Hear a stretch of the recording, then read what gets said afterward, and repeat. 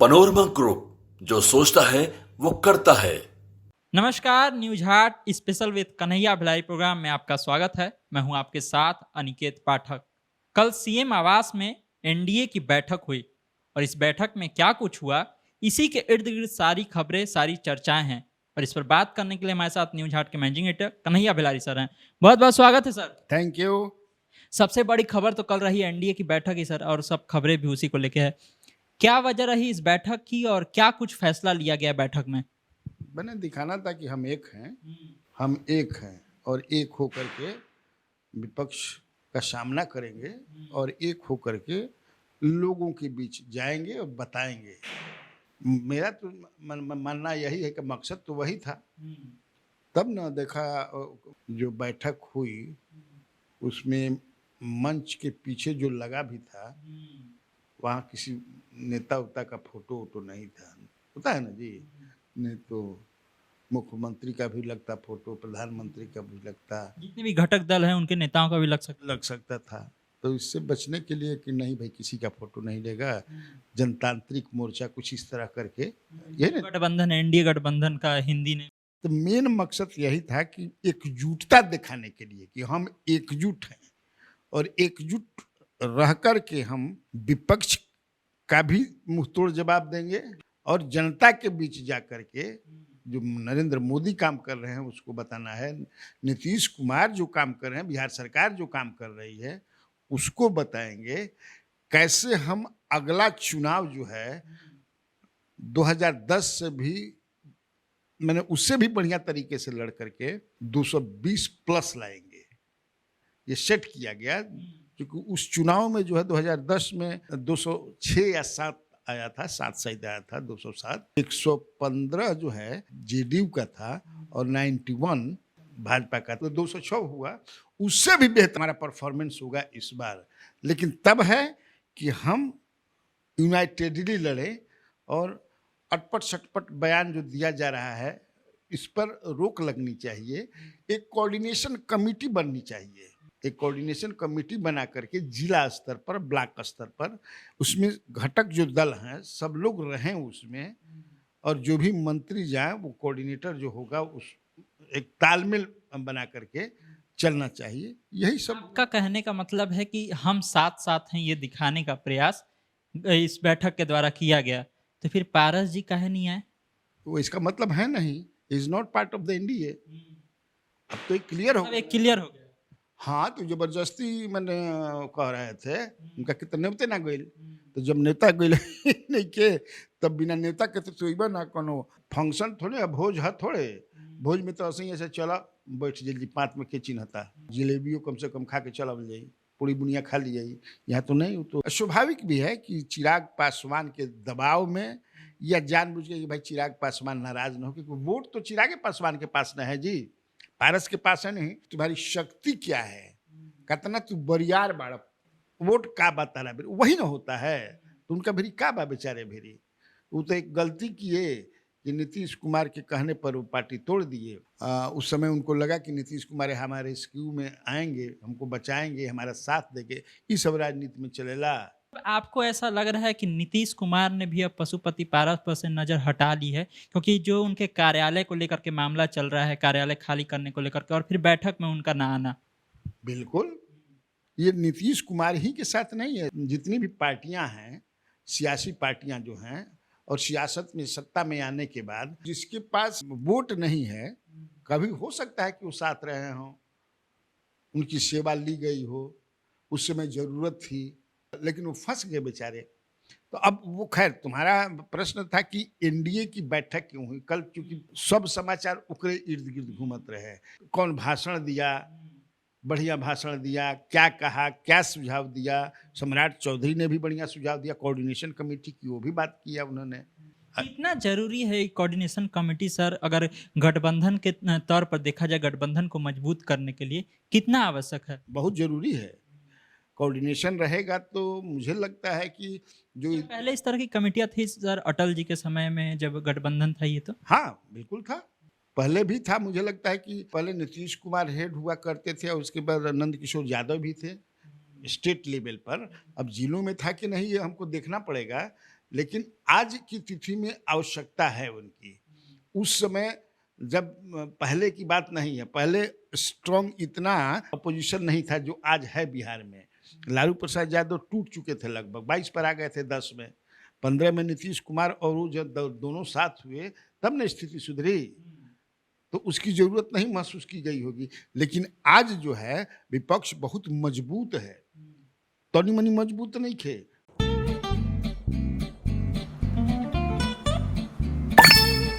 चलो इसको रोकते हैं। रुको रुको, गाड़ी साइड में लो। आरसी और लाइसेंस दिखाओ। बिना आरसी और लाइसेंस के गाड़ी नहीं चला सकते। अरे सर, ये यू बाइक्स है, इसको आरसी लाइसेंस और पीयूसी नहीं लगता। अरे वाह।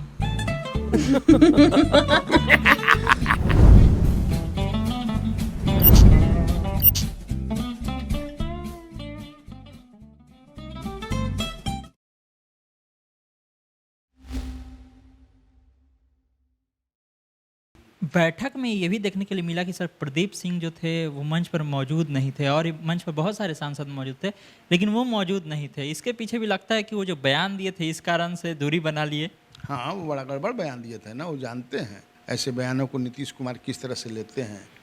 हो सकता है कि उनकी डटाई उटाई ना हुई हो, क्या बोलो चल तड़ो है, तो कहे लिए बेचारे शर्म से, लाज से, डर से नहीं आए होंगे कि फिर कहीं पत्रकार हमको घेर लेगा, पूछने लगेगा पटना का, तो हम क्या जवाब देंगे। ये भी हो सकता है, या हो सकता है कोई ज़रूरी काम हो इसलिए ना आए होंगे, तो यही ना कहेंगे।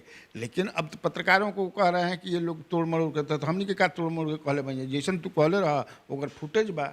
मेरे पास जो जानकारी है कि उन पर जो है FIR करने का भी मन बना दिए थे नीतीश कुमार कि नहीं इन पर FIR कीजिए, इस तरह का बयान दिए हैं।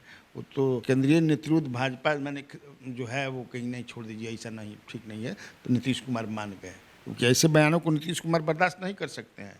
मैं भी नीतीश कुमार को जानता हूँ ना।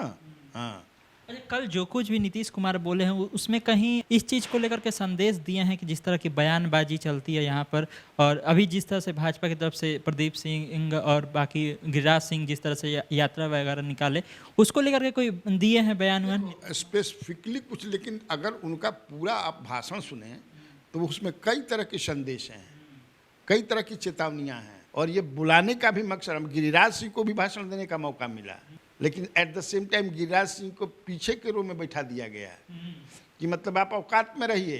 भाई राज्य मंत्री ठाकुर साहब जो है रामनाथ ठाकुर, उनसे आगे थे, ललन सिंह आगे थे, लेकिन ललन सिंह के से सीनियर है। मिनिस्ट्री की बात करें तो वो 14 से मंत्री हैं, ललन सिंह तो अभी वहाँ मंत्री बने हैं, भले राज्य में मंत्री थे। तो इस लिहाज से अगर देखें तो एक तरह से कि आप सही से रहिए, अब बोलने का भी मौका दे दिए ताकि आप द्वंद्व में रहिए, समझते रहिए कि हम आपसे खुश हैं कि नाराज हैं। वो असहज फील कर रहे थे, पीछे बैठ कर के उनका बॉडी लैंग्वेज देखो तो असहज फील कर रहे थे गिरिराज सिंह। मंत्रिमंडल में जगह नहीं दी गई, 14 में दी गई, तो फिर हटा दिए गए राजीव प्रताप रूढ़ी को, रूढ़ी जी से समापन कराया गया। धन्यवाद ज्ञापन उन्होंने ही किया। वो भी सीनियर मंत्री कहाँ था अभी, मतलब पहले थे अभी अनएक्सपेक्टेड था ये।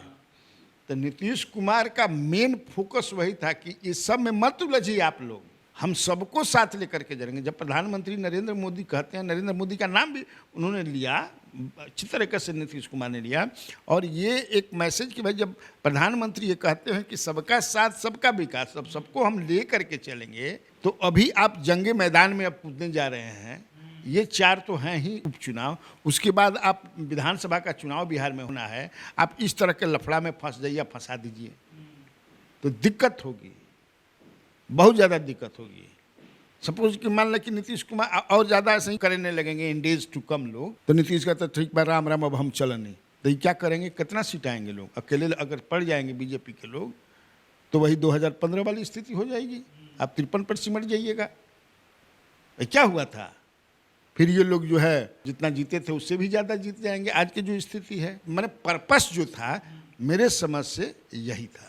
नीतीश कुमार ने शराबबंदी को लेकर के भी उसमें बातें कही और कहा कि बहुत अच्छा से सब कुछ चल रहा है, उनके सांसद हैं, उन पर उन्होंने तंज भी कसा कुछ, तो तो क्या नीतीश कुमार को शराबबंदी के बारे में सही जानकारी नहीं मिल रही? इतनी तो जहरीली शराब से मौतें हो रही हैं और फिर तस्कर उसकर जो पकड़े जा रहे हैं सर।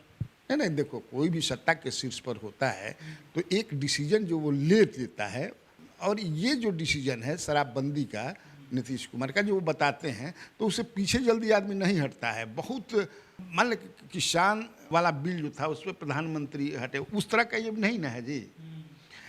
दारूबंदी के समर्थक भी बहुत हैं देश में, राज्य में, ये जान लीजिए। विरोध करने वाले भी हैं, लेकिन विरोध करने वालों की संख्या जो है खुलकर के जो है, समर्थन करने वालों की संख्या कम है, खुलकर के विरोध करने वाले की शराबबंदी की संख्या कम है। मेजॉरिटी ऑफ द वुमेन वो नीतीश कुमार के इस पर साथ हैं। बहुत सारे लोग तो हैं ही, लेकिन महिलाएं ज़्यादा, महिलाओं को ही ध्यान में रख करके उन्होंने डिसीजन लिया था। सर चिराग पासवान आखिर क्यों नहीं पहुंचे थे बैठक में? उनकी भी चर्चा उठी कि चिराग जी मौजूद नहीं थे, हालांकि उनके पार्टी के जो भी नेतागण थे और सांसद थे वो लोग पहुंचे हुए थे। चिराग जी कहाँ थे? नहीं ना, उनके पार्टी के जो अध्यक्ष हैं राजू तिवारी, उन्होंने बाकायदा भाषण दिया, उनको समय दिया गया, उनसे भाषण दिलवाया गया, समझ लीजिए।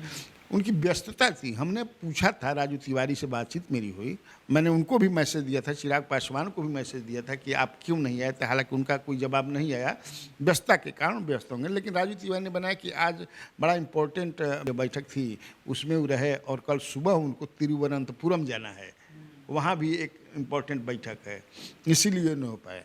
लेकिन हम लोग साथ हैं, क्योंकि बाकी सब लोग तो थे ही। देखो, एक उस मीटिंग में जो मैं अपने शाम वाला कार्यक्रम में बताया भी हूँ, उपेंद्र कुशवाहा ने एक सुझाव दिया, मुख्यमंत्री से आग्रह किया कि 400-450 लोग थे उसमें, कि अगर आप जो है अपने दल के, माने अपनी पार्टी के जिला अध्यक्षों को बुलाया है आपने इस बैठक में भाग लेने के लिए, भाजपा के अध्यक्ष को बुलाया है, तो जिला अध्यक्षों को, तो बाकी जो घटक दल हैं इसमें जो हैं एनडीए में, उनके भी जिला अध्यक्षों को बुलाना चाहिए था। बिल्कुल सही है।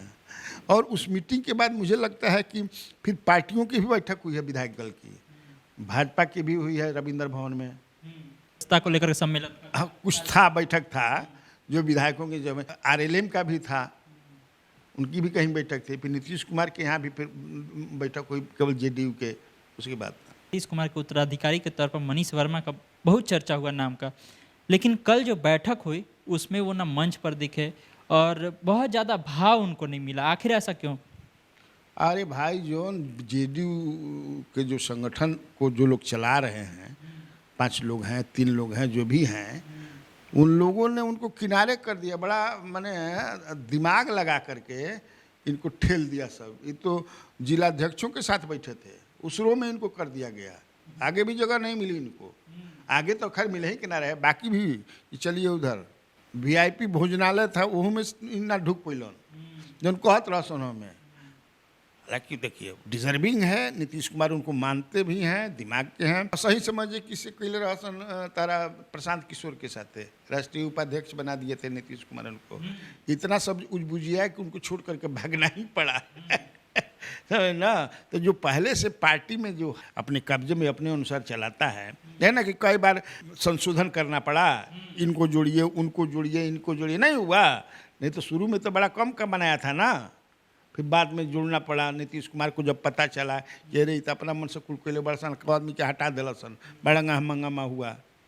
हाँ, तो वो लोग चाहते हैं, जो कॉकस अब कहें जो भी हैं, कि जो संगठन को अपने मुट्ठी में रखे हुए हैं, वो नहीं चाहता है कि मनीष वर्मा जैसा दिमागदार आदमी इसमें एंट्री मारे, या उनका भाव बढ़े, या उनकी पूछ बढ़े। हालांकि मैं जानता हूं कि नीतीश कुमार उनको मानते हैं, और पिछले दिनों जमीन घूम करके कार्यकर्ता समागम भी कर रहे हैं, अब सफलतापूर्वक कर रहे हैं, लोगों की भीड़ आ रही है। और जो समता पार्टी के काल में जो लोग जुड़े थे इनसे, उनके साथ भी वो जो है उनको बुला करके बातचीत कर रहे हैं। वो अपने को उपेक्षित महसूस कर रहे थे ना, ये कर रहे हैं, तो उनको बुला रहे हैं, उनके घर जा रहे हैं। अभी तो मुझे आज ही से लगता है कि उनका दौरा था वहाँ बेगूसराय या कहीं, क्या पता नहीं गए कि नहीं गए, गए ही होंगे यहाँ की मीटिंग के बाद, जब रखे हुए हैं तो, या हो सकता है पोस्टपोन कर दिए, उसमें हमने पता नहीं किया कि क्या है, तो इसीलिए घबराया हुआ। पिछले दिनों नीतीश कुमार गए थे पार्टी ऑफिस में, तो पत्रकारों ने पूछा उनसे, तो कह क्या, अरे हमको क्या, मनीष वर्मा टाइप, इनसे पूछिए, ये नए नए नेता लोग हैं। तो एकरो के लेके समझे कि जो पार्टी के अपना बगल में रखले बड़ा सन जेडीयू के, बड़ा समझे कि बिजकल रहा सन, हाँ देखो हमनी के रहते है ना भाई। तो अब पीछे क्या कौन कर रहा है, अब थोड़े नीतीश कुमार के पास ये बातें पहुंचती होंगी, मुझे नहीं लगता। नीतीश कुमार ने ये भी कहा कि लोगों को बताइए कि 2005 के पहले क्या कुछ था और 5 के बाद किस तरह से परिवर्तन हुआ। हर बार ये बात वो बोलते हैं। क्या आपको नहीं लगता है कि आने वाला जो चुनाव है उसमें स्मार्ट मीटर और फिर जमीन सर्वे और शराबबंदी, जहरीली शराब, ये बड़ा मुद्दा होगा और इसको लेकर के नीतीश कुमार ने कुछ नहीं बताया, इस पर जो सवाल उठेगा उसको कैसे टैकल करना है? नहीं, ये तो सवाल हैं ही। ये तो अगला विधानसभा का जो सेशन भी होने वाला है, तय हो गया है 25 नवंबर से लेकर 29 नवंबर, उसमें भी ये सवाल उठेंगे, जम करके सवाल उठेगा। और विधानसभा के चुनाव में ये तो रहेगा ही रहेगा। 2005 के पहले क्या था, बिहार में क्या होता था, ये थोड़ा छोड़ देगी एनडीए। ये तो याद दिलाना है ना जी, ताकि फियर साइकोसिस बना रहे लोगों में। हालांकि उसके बाद 5 के बाद जो बच्चे पैदा हुए हैं वो क्या जानते हैं, क्या भर रहे, हमने क्या बता, हमने के लेविश लाइफ स्टाइल चाहिए, रोजगार चाहिए, महंगाई से मुक्ति चाहिए, लॉ एंड ऑर्डर खूब बढ़िया चाहिए, यही सब चाहेगा ना, तो ये सब मुद्दे होंगे। सर, हिना साहब और ओसामा राजद में शामिल हो गए। अब सवाल ये है किसका इसमें ज़्यादा राजनीतिक फायदा है? शहाबुद्दीन परिवार का इसमें ज़्यादा राजनीतिक फायदा है या फिर राजद का राजनीतिक फायदा ज़्यादा है इसमें? दोनों का फायदा है। जरूरत किसकी थी सबसे ज़्यादा? दोनों की जरूरत थी, क्योंकि हिना साहब तो लड़ी भी थी एज इंडिपेंडेंट, तो देख लिया उन्होंने। देखो, अब लड़ाई से दोनों को घाटा है। मुसलमानों के बीच भी एक मैसेज, देखिए कुछ भी शहाबुद्दीन जो भी है शहाबुद्दीन, अब मैं नहीं उसमें पढ़ना चाहता हूँ, लेकिन वोट बैंक तो उनका है ही, और समाज में अक़लियत में उनकी पकड़ अच्छी है। नॉट ओनली यकीनी, उन सीवान एरिया में चले जाओ तो शहाबुद्दीन जो थे, मोहम्मद शहाबुद्दीन, मुसलमानों से ज़्यादा उनकी पॉपुलरिटी एमंग द हिंदू था।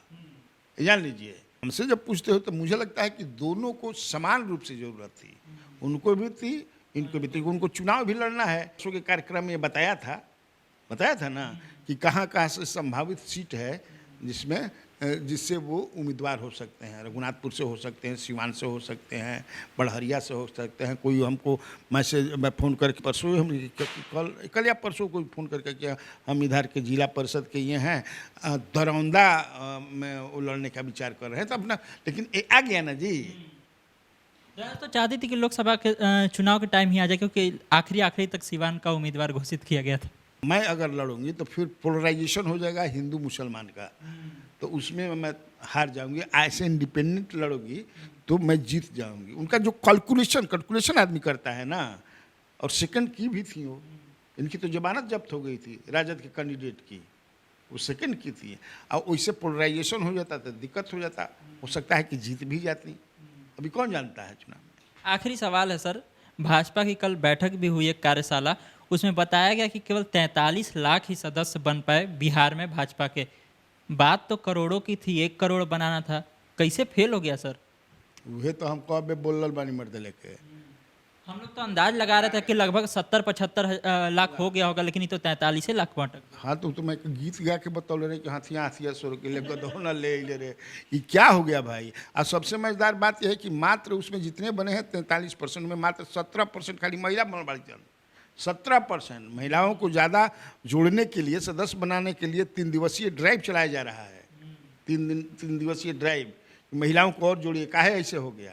हाईकमान जो है मैंने बहुत सीरियसली लिया है इसको। अगले साल चुनाव होना है तो बिल्कुल, अब देखो घिंच खाच करके कितना करते हैं लोग। देखा आप लोगों ने, तमाम तरह की चर्चाएं थी, तमाम तरह की खबरें थी, जिस पर बहुत ही विस्तार से सर ने सारी बातें बताई हैं। तो इसी तरह न्यूज़ से अपडेट रहने के लिए न्यूज़ हाट देखते रहिए। अभी के लिए इतना ही। चैनल को यूट्यूब पर देख रहे हैं तो सब्सक्राइब कर लीजिए, फेसबुक पर देख रहे हैं फेसबुक को लाइक कर लीजिए। धन्यवाद।